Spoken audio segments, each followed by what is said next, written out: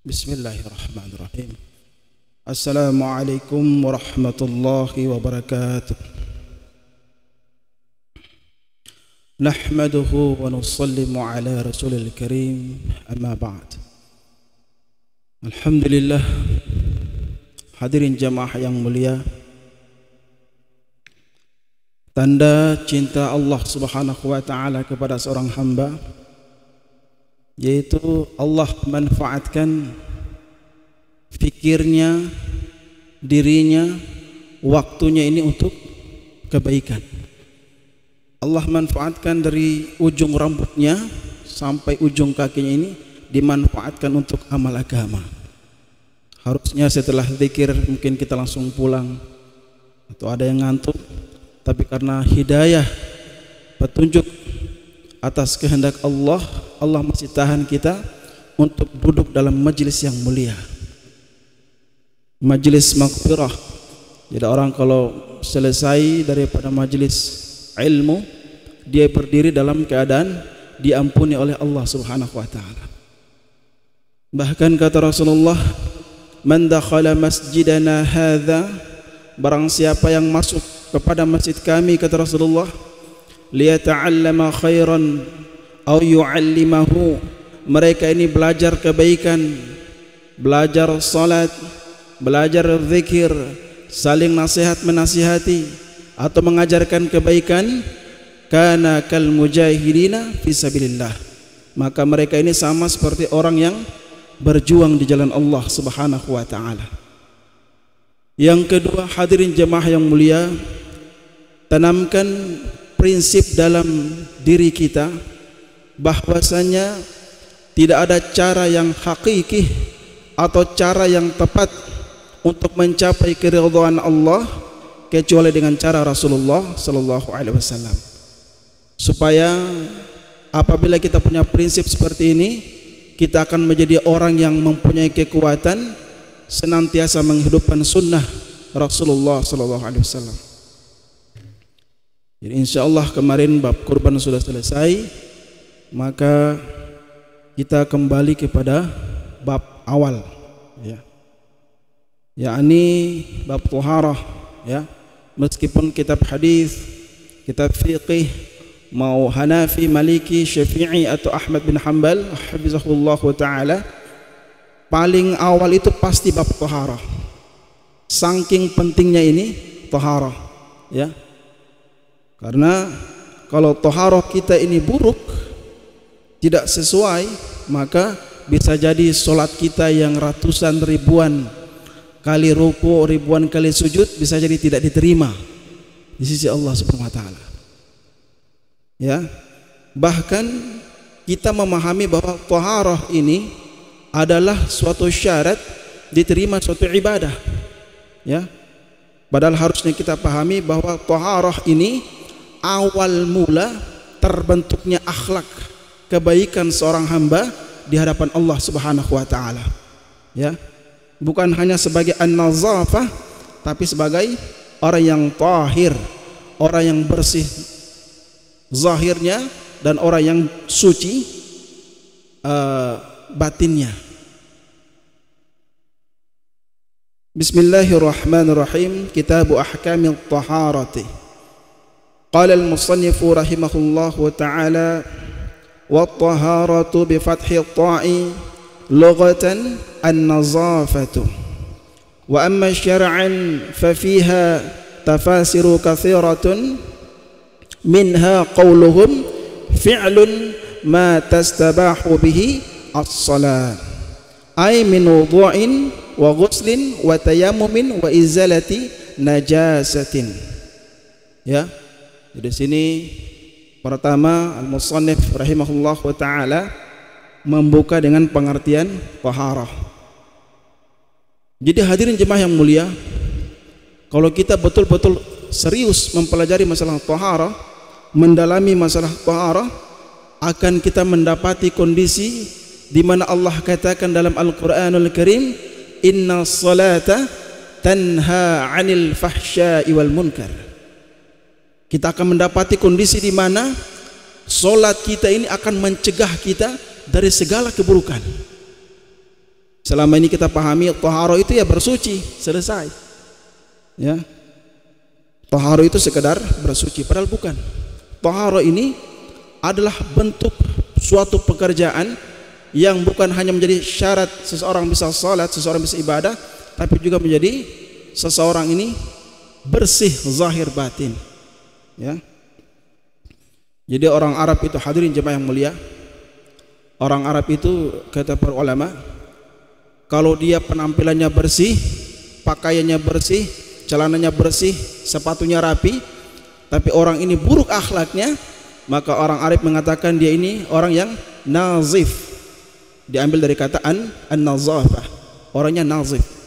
Jadi maksudnya nampaknya saja bersih, tapi masih suka bicara kotor, masih suka menggibah, masih suka memfitnah, masih suka melakukan pekerjaan-pekerjaan yang buruk, maka disebut sebagai orang yang nazif.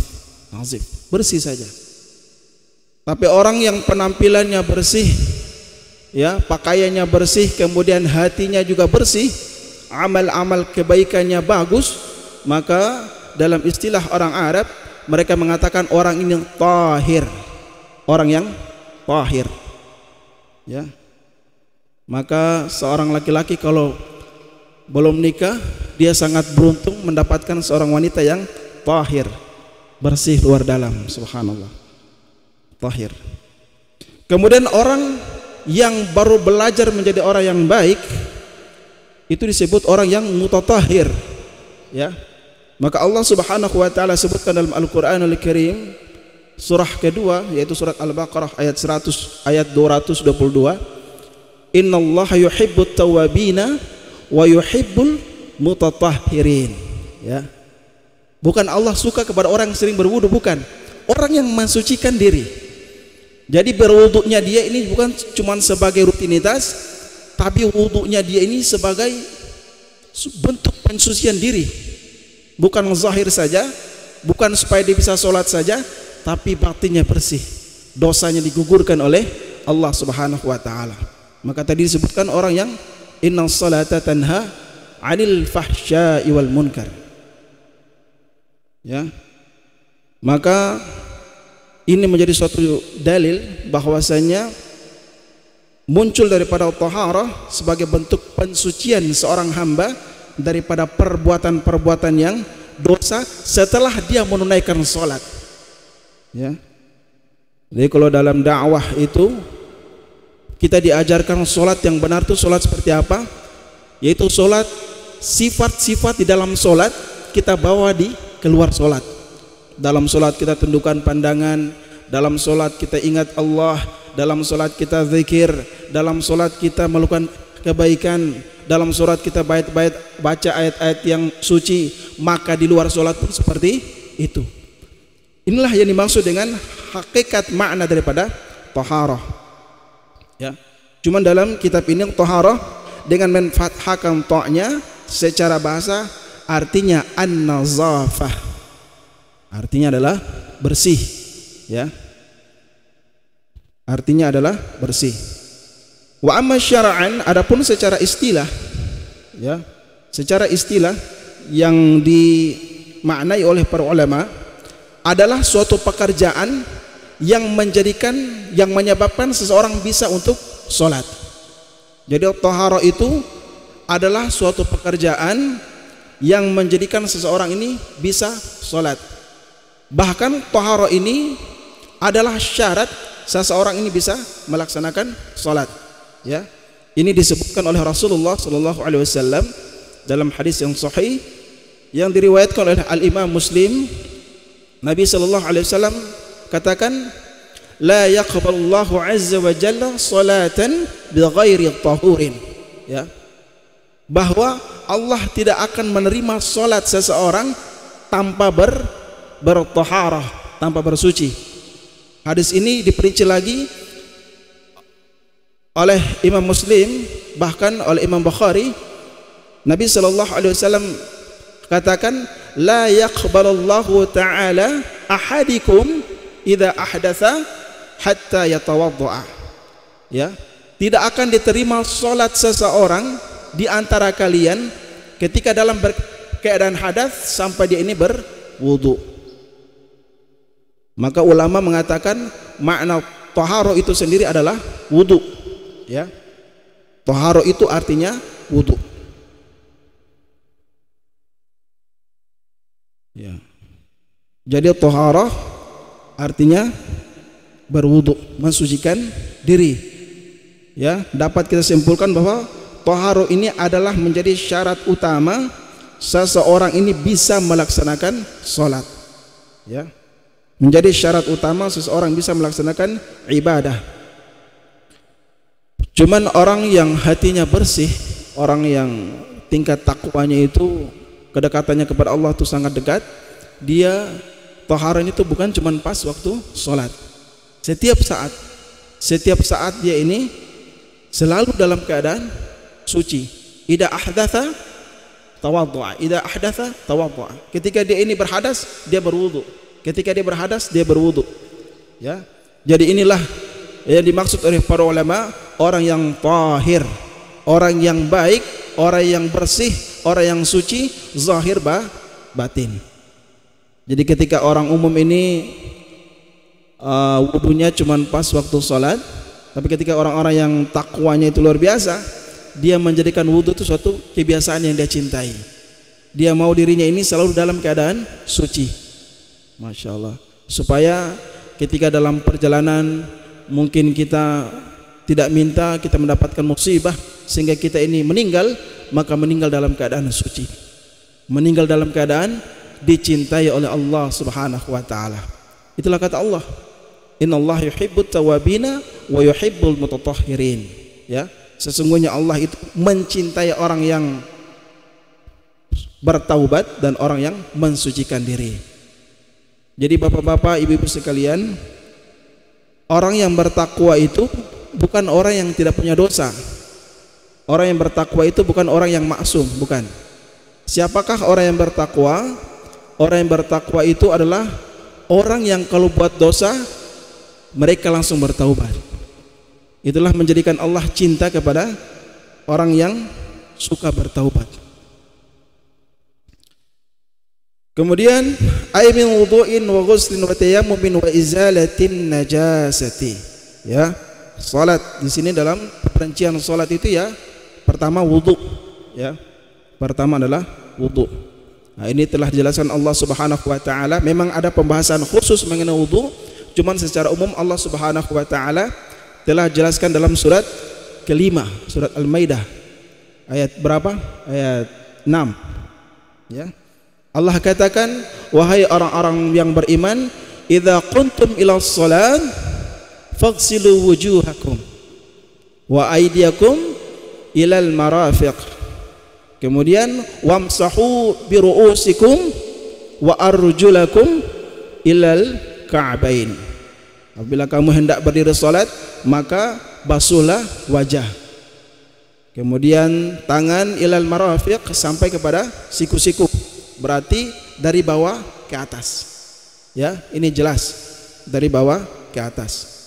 Ini masalah wudu. Kemudian wamsahu bi ru'usikum, kita mengusap kepala, kemudian membasuh kedua kaki ilal ka'bain, sampai kepada ke atas mata kaki. Ini kemudian masalah sunnah-sunnah dalam wudu, nanti ada bab tersendiri yang menjelaskan tentang itu. Ya. Kemudian wa ghuslin, mandi, ya, wa tayammumim, dan tayamum, wa izalatin najasati. Ini adalah amalan-amalan wudu, tayamum, mandi, beristinja adalah amalan-amalan yang mengarah kepada satu arah, yaitu taharah. Ya. Apabila wudu kita rusak, mandi kita rusak, atau tayamum kita rusak, atau istinja kita rusak, maka mengefek kerusakan secara total pada solat kita. Nampaknya Allahu Akbar, khusyuknya luar biasa, tapi tidak diterima. Subhanallah.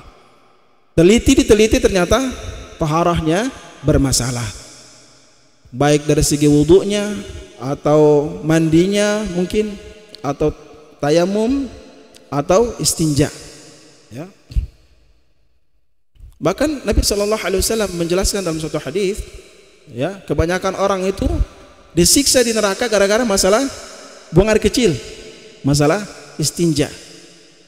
Maka istinja kita ini perlu nanti ada pembahasan khusus agar kita ini bagaimana istinja Rasulullah sallallahu alaihi wasallam. Ya, doa-doanya ya diriwayatkan oleh Anas bin Malik radhiyallahu taala anhu, beliau katakan kana Rasulullah sallallahu alaihi wasallam idza dakhala al-khala, bahwasan Nabi sallallahu alaihi wasallam ketika masuk ke dalam khala, tempat buang hajat, qala, beliau mengucapkan Allahumma inni a'udzubika minal khubuthi wal khaba'ith. Ini adalah doa yang diajarkan oleh Rasulullah sallallahu alaihi wasallam. Masuknya itu pakai kaki apa Pak? Kalau masuk toilet kaki apa? Kiri ya. Kalau kaki kanan itu kita masuk masjid, masya Allah. Tapi kalau keluarnya justru terbalik. Kalau masuk masjid kaki kanan, masuk toilet kaki kiri. Keluar masjid kaki kiri, keluar toilet justru kaki kanan. Ya.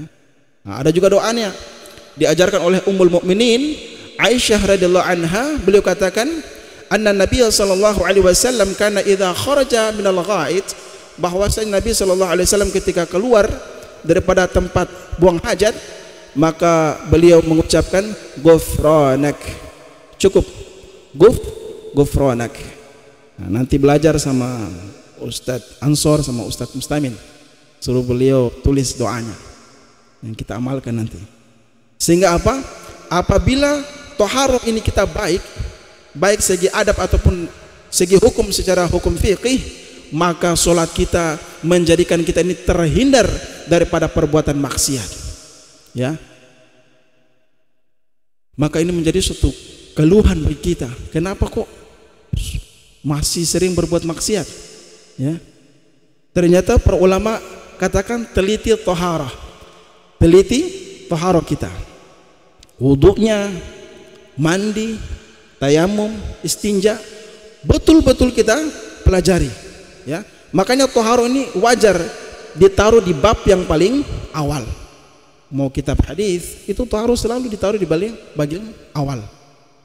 Saking pentingnya toharoh, karena toharoh itu bukan cuma suatu pekerjaan yang menjadikan seseorang bisa sholat, tapi toharoh ini menjadikan seseorang bisa terhindar daripada perbuatan mungkar. Ya, mengenai orang-orang Arab katakan orang yang tahir itu orang yang luar biasa. Ya, para sahabat itu adalah orang yang tahir, menjadikan wudhunya, tayamumnya, mandinya atau istinjanya bukan sebagai rutinitas, tapi menjadikan itu sebagai suatu sarana untuk senantiasa mendekatkan diri kepada Allah Subhanahu wa taala. Menjadikan taharah, para sahabat radhiyallahu anhum menjadikan taharah ini sebagai sarana pembersihan hati. Masya Allah. Mereka menjadikan taharah ini sebagai sarana penggugur dosa. Jadi kalau ada bapak yang bertanya, Ustaz, saya ini sholat 5 waktu, sholat di masjid, tidak pernah ketinggalan, kok saya masih suka maksiat? Ya, itu jawabannya. Kita periksa taharah kita. Ya, ini saya sampaikan bukan hanya untuk jamaah, ini juga kami sampaikan juga untuk pembicara. Apabila taharah kita ini baik, maka insya Allah sholat kita akan menghasilkan ketakwaan yang luar biasa. Ya, tapi kalau saudara taharah itu salah-salah, maka sekhusyuk apapun kita ketika sholat justru tidak menghilangkan daripada perbuatan mungkar. Jadi ingat Pak, taharah secara bahasa itu artinya an-nazafah, bersih atau suci. Secara syar'an atau secara istilah, taharah itu adalah suatu pekerjaan yang menjadikan orang ini sah melaksanakan sholat. Atau makna yang kedua, taharah adalah syarat seseorang ini bisa diterima sholatnya. Ya, penting Pak. Bahkan kita ketemu di kota-kota itu masih ada masjid yang tempat buang air kecilnya itu berdiri, bahkan disiapkan sama masjid. Nah, ini bahaya. Ya, bahaya ini, karena pasti terpercik itu. Kapan terkena percikan, terkena celana kita, jubah kita, baju sholat kita, tidak diterima. Ya, itulah Nabi SAW katakan, banyak orang yang disiksa gara-gara masalah buang hajat, kencing, tidak sesuai dengan syariat. Ya, makanya Nabi SAW ajarkan itu, banyak ditemukan, nanti Bapak buka di terjemahan kitab Bulughul Maram masalah istinja, supaya wudhu kita ini baik, sholat kita baik. Kita tambah sedikit ya. Amma tuharatu bil dhammi fasmun li baqiyatil ma. Adapun tuharo dengan mendomakan to-nya, berarti bukan tuharo tapi tuharoh. Mendomakan to-nya itu adalah nama daripada sisa air. Walamma kanal ma'u alatan lit taharati istadrada allati yajuzu ay yasihu at-tathiru biha sab'an. Ya, kemudian air ini adalah salah satu alat utama orang bertaharah. Ya, air ini adalah salah satu alat yang paling utama seseorang untuk bertaharah. Al-miyahu ma'ul musamma. Yang pertama adalah ma'ul musamma ay an-nazilu minha, maksudnya air yang turun dari langit, ya. Wa huwal mataru wa ma'ul bahri ay am-milhi wa ma'un nahri ay al-hulubi wa ma'ul bi'ri wa ma'ul aini wa ma'ul thalji wa ma'ul baradi wa yajma'u hadhihi sab'a, ya. Qauluka ma nazala minas sama au naba'a minal ard. Ya, jadi air yang boleh dipakai untuk bertohara itu ada 7, ya. Air apa tadi? Air hujan, air laut, yaitu air yang asin, air sungai, yakni air yang tawar, air mata air embun, air salju, air sumur. Ya, air sumur. Kalau ulama katakan kalau kamu mau mudah mengucapkannya, kamu tinggal bilang air yang turun dari langit dan air yang muncul dari bumi, ya. Ma nazala minas sama aw naba'a minal ard, yaitu air yang turun dari langit dan air yang muncul dari bumi, yakni air mutlak. Nanti akan kita bahas, tuan-tuan yang mulia, air mutlak itu seperti apa. Kemudian hukum air nanti kita akan bahas. Mungkin cukup sekian. Siapa tahu ada yang mau bertanya? Tidak ada ya? Oh, masya Allah. Silakan Pak Haji. Waalaikumsalam warahmatullahi wabarakatuh. Masalah tahara termasuk berwudu ini, ya, kita melihat di masyarakat itu mempunyai pandangan berbeda, ya, tentang membasuh kepala ini. Ya, kebanyakan di masyarakat kita itu kan cuma begini-begini saja. Ya. Saya kira kepala itu batasnya sampai di mana begitu, Ustaz? Saya tolong dijelaskan. Masya Allah. Jadi ini berarti masalah nomor 3 dalam ayat Al-Quran surat Al-Maidah ayat 6, yaitu wamsahu biru'usikum, mengusap, ya. Wamsah sama ghaslun itu membasuh, kalau wamsah itu mengusap. Tapi kalau Imam Malik rahimahullah ta'ala, semuanya Pak, semuanya, ini rambut nih semuanya. Tapi kalau Al-Imam Syafi'i sedikit saja, yang penting kena itu ubun-ubun atau rambut sehelai saja, itu sudah sah menurut Imam Syafi'i. Tapi kalau Imam Syafi'i prakteknya, beliau mengajarkan kepada pengikutnya atau orang Islam, ya, pengikut madhabnya, kita mengusap sedikit saja di kepala itu sudah sah. Tapi kalau beliau kalau dalam keadaan praktek, beliau kalau berwudu justru beliau sempurnakan, ya. Imam Syafi'i kan pernah mengatakan sempurna itu sunnah. Kata beliau, disunnahkan mengusap seluruh kepala sebanyak 3 kali. Tapi kalau batas wajib menurut mazhab Asy-Syafi'i, yaitu mengusap sebagian saja ataupun bagian kecil daripada kepala itu sudah cukup. Ya. Jadi ada mungkin seseorang dia wudu sedikit, bilang antum gak sah. Ternyata sah menurut mazhab Imam Asy-Syafi'i. Ya. Kecuali wajah itu tidak ada khilaf, harus semua kena. Ya. Maka ada ibu-ibu kalau mau ke undangan, saya tidak lihat, cuman orang cerita dia takut make upnya luntur, dia punya gini-gini. Nah, astagfirullah. Semuanya ya.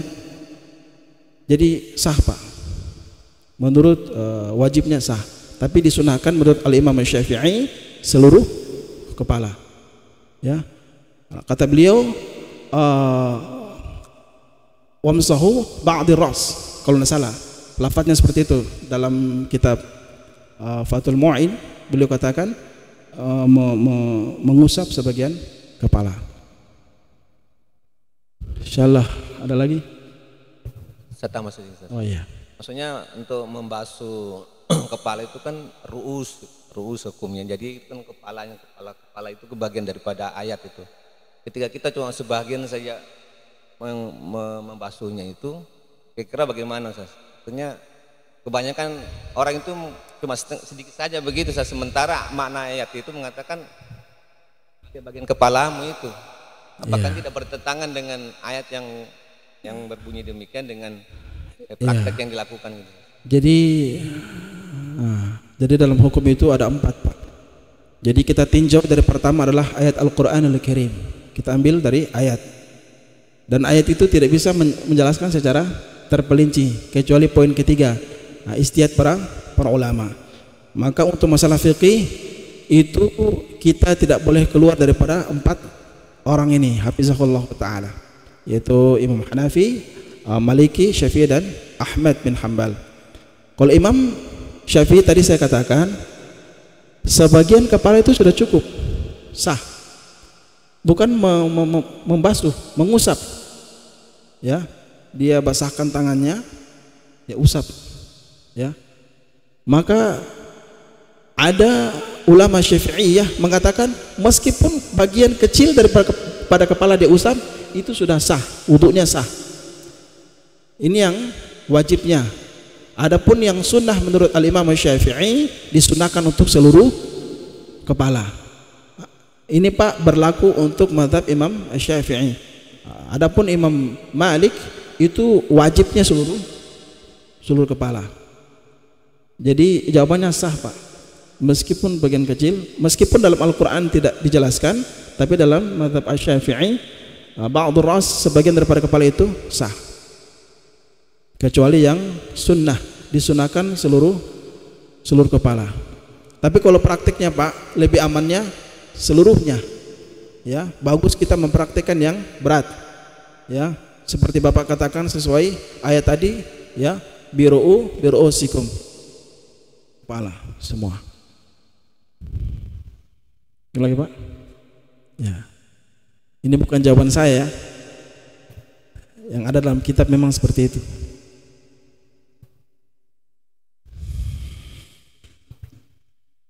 Baik. Assalamualaikum warahmatullahi wabarakatuh. Waalaikumsalam warahmatullahi wabarakatuh. Mohon izin Ustadz, saya mau bertanya mengenai pembahasan yang dibahas pada pagi hari ini. Begini Ustadz, biasanya kalau macam kita bepergian, lantas kita naik kendaraan, pada saat waktu sholat mungkin biasa kita singgah untuk sholat berjamaah di masjid, tapi di lain sisi bersamaan juga kita mau buang air besar misalnya. Biasa kita laki-laki itu Pak Ustadz, kalau misalnya masuk WC untuk buang air, ini ada beberapa pendapat mungkin yang berbeda. Kadang kita itu kalau misalnya laki-laki kan paling cuma buka bagian bawah saja, misalnya celana, baju tidak dibuka, artinya pakaian di atas ini seperti baju kita pakai pada saat buang air besar. Nah, yang saya mau tanyakan ini Ustadz, apa kira-kira pakaian itu masih bisa kita pakai sholat, karena barusan kita pakai buang air. Nah, kalau mungkin di rumah mungkin ya biasa-biasa, mungkin biasa kita lepas semua, tapi ini menyangkut misalnya dalam perjalanan. Nah, biasa kita cuma ambil praktisnya saja, buka celana, tidak buka baju, baru buang air besar. Ya itu yang saya tanyakan Pak Ustadz, bagaimana hukumnya itu untuk baju yang kita habis pakai buang air besar baru kita pakai sholat. Saya rasa itu Pak Ustadz. Terima kasih. Assalamualaikum warahmatullahi wabarakatuh. Waalaikumsalam warahmatullahi wabarakatuh. Jadi saya tangkap yang pertama itu, saya mau bahas sedikit masalah yang mana yang diutamakan. Jadi perasaan mau buang air kecil, perasaan mau buang air besar itu ada dalam dua kondisi. Ada kondisi setelah kita ini sudah melaksanakan sholat, ada kondisi sebelum kita melaksanakan sholat. Kalau kita dalam proses sholat kita merasa kebelet, maka sholatnya dilanjutkan. Tapi kalau sebelum sholat, yang kita utamakan adalah buang hajatnya, mau itu buang air kecil ataupun buang air besar. Adapun pakaian yang sudah digunakan untuk istinja, bolehkah dipakai untuk sholat? Boleh kalau suci, boleh kalau masih suci. Maka itulah kita masuk pada adab-adab beristinja. Bahkan Allah katakan dalam surah Al-Mudaththir, "Fathiyabaka fatahhir." Ya, jadikan baju engkau itu baju yang suci, baju yang bersih. Pertanyaannya, bolehkah dipakai sholat? Kita lihat kondisinya. Kita yakin nggak ini pakaian ini suci enggak? Ya, bersih itu bukan berarti suci. Tapi kalau suci itu insya Allah sudah pasti bersih. Kalau masih kita yakin masih suci, maka boleh dipakai sholat. Ya, boleh dipakai sholat. Makanya untuk menjadikan pakaian kita meskipun kita sudah dari toilet dalam keadaan suci, maka kita perhatikan adab-adab dalam beristinja. Ya, lebih baik Pak dilepas semuanya. Celana itu dilepas semuanya, kita gantung. Ya, kita siram. Ya, kita kalau laki-laki disunahkan itu kalau buang air kecil diurut sebanyak 3 kali. Ini hadis yang diriwayatkan oleh sahabat Aisyah radhiyallahu anhu. Nabi ajarkan kita mengurut sebanyak 3 kali supaya sisa-sisa buang air kecil itu keluar semua, sehingga menjadikan celana kita ini tetap suci. Begitu Pak. Kalau kita praktekkan istinja dengan baik dan benar, maka insya Allah bekas celana yang kita pakai untuk beristinja pasti suci. Itu Pak, jawabannya adalah intinya kita lihat kondisinya, masih suci enggak, masih layak. Kalau masih layak kita pakai saja. Kalau mau safar, saya usul siapkan sarung Pak, siapkan sarung, karena kita tidak tahu dalam perjalanan mungkin ada sedikit keluarkah apakah, kita pakai saja bawa cadangan sarung. Ketika selesai sholat kita copot sarung, kita ganti lagi celana. Mungkin begitu Pak. Masih ada lagi? Insyaallah banyak ini.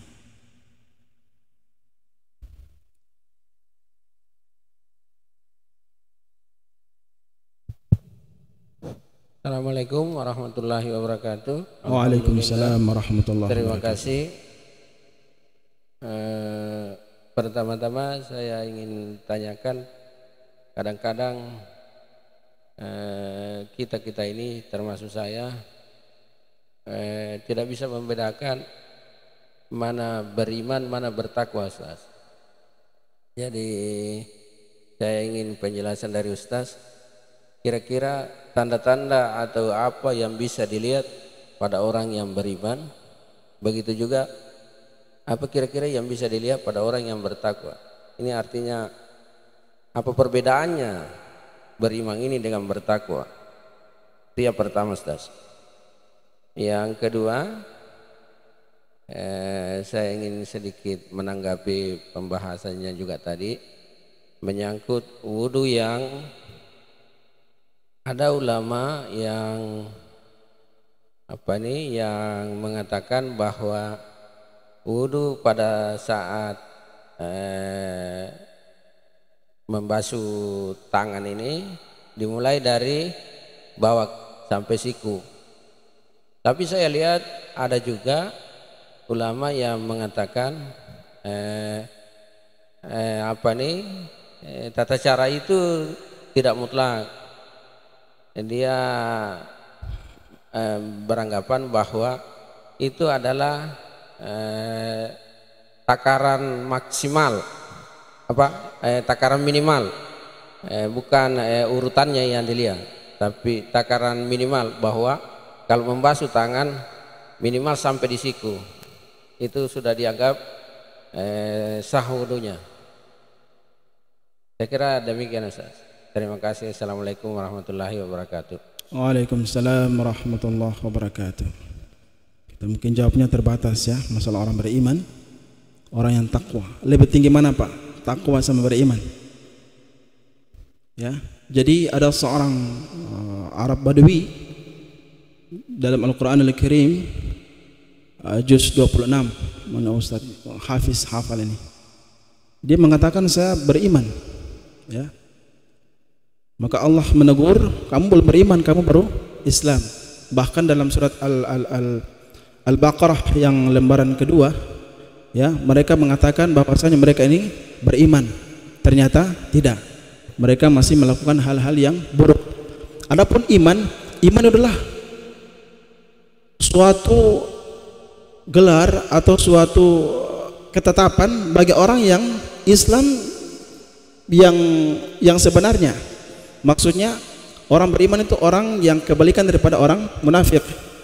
Lisannya dia berkata dia ini Islam, kemudian hatinya membenarkan, ya. Adapun takwa ini adalah keistiqomahan orang-orang yang beriman ini, amalan-amalannya ini sampai dia mencapai sifat takwa, ya. Nanti mungkin Bapak tanya lagi kepada ustadz yang lain, ini menurut kami yang kami sampaikan, ya. Maka Allah katakan, Allah panggil kita ini sebagai orang-orang yang beriman. Ya ayyuhalladzina amanu kutiba alaikumusshiyam kama kutiba alal ladzina min qablikum. Kita stop di situ. Allah telah panggil kita itu orang yang beriman. Wahai orang-orang yang beriman, diwajibkan atas kamu berpuasa sebagaimana telah diwajibkan atas orang-orang sebelum kamu. Supaya apa? La'allakum tattaqun. Jadi takwa ini sudah berada di tingkat yang orang ini takut dalam berbuat maksiat. Takwa bermakna khauf, orang yang takut dalam berbuat maksiat, ya. Itu kira-kira. Jadi orang beriman itu memang orang yang membenarkan segalanya apa yang datang daripada Allah dan Rasulnya. Dia mengamalkan perintah. Cuma untuk mencapai hasil daripada itu, apabila kita istiqomah dalam keimanan kita, dalam amalan-amalan kita, maka Allah beri kita hasil, yaitu la'allakum tattaqun, menjadi orang yang di atas daripada iman, itu orang yang bertakwa. Itu menurut kami. Kemudian yang kedua, masalah apa tadi Pak? Ya, batas minimalnya memang di siku, ya. Batas minimalnya memang di siku, ya. Kemudian dalam tafsir mau Ibnu Katsir, mau Jalalain, itu dari bawah ke atas. Didukung oleh 4 mazhab yang menjelaskan tentang tata cara dalam berwudu, membasuh, ya, tangan itu dari bawah ke atas, ya, dari bawah ke atas, ya. Batas minimal atau bahasa hukum fikih yaitu batas wajibnya yaitu di siku. Makanya Al-Imam Syafi'i memaparkan masalah sunnah membasuh tangan, sunnahnya itu lewat dari siku, ya, lewat dari siku. Nah, itu kesunahan daripada membasuh tangan, ya. Betul Pak, batas minimalnya adalah siku, itu sudah pas. Adapun lewat daripada siku dianggap sunnah, ya, dapat fadilah atau keutamaan yang lebih. Yang jelas yang kami pelajari itu dari bawah ke atas. Makanya Allah katakan ilal marafiq, berarti ilal itu berarti dari sini ke atas, ya. Marafiq itu kan siku-siku. Jadi ulama berpendapat dari bawah diguyur sampai ke atas. Mungkin cukup Pak, nanti Bapak bertanya lagi, kami juga masih belajar, Pak. Iya, terima kasih banyak Pak Ustaz. Luar biasa pembahasan kita pada subuh hari ini. Dan saya yakin Bapak-Bapak sekalian yang lain masih banyak pertanyaannya, tapi karena terbatasnya waktu kita dan sesuai dengan agenda kita, tadi malam sudah disampaikan bahwa setelah kajian, maka kita akan jalan santai pertama. Kemudian setelah jalan santai, insya Allah kita kembali ke sini lagi untuk kita sama-sama makan berjamaah begitu. Jadi saya mohon kepada jamaah sekalian, jika ada waktu kita sama-sama jalan sedikit putar, baru kembali ke sini lagi, dan insya Allah panitia sudah siapkan kita untuk kembali makan berjamaah di tempat di luar di teras masjid kita. Saya pikir itu dulu, dan saya minta maaf sekali lagi kepada bapak-bapak semua yang masih punya pertanyaan. Kita nanti lanjutkan pada kajian berikut, dan saya yakin kita akan semakin bersemangat ke depan untuk berbenah diri dengan menuntut ilmu di rumah Allah ini. Mungkin itu saja Pak Ustadz, terima kasih banyak. Dan sekali lagi minta maaf, dan saya kembalikan kepada Ustadz untuk menutup. Terima kasih banyak. Iya, Masya Allah. Semoga bermanfaat. Ya, Allah kehendaki kita kebaikan, tetap kita belajar kepada siapa saja. Semoga kita ambil manfaat daripada ulama-ulama yang lain. Ya, kita tutup dengan Subhanakallahumma wa bihamdika asyhadu an la ilaha illa anta astaghfiruka wa atubu ilaik. Assalamualaikum warahmatullahi wabarakatuh.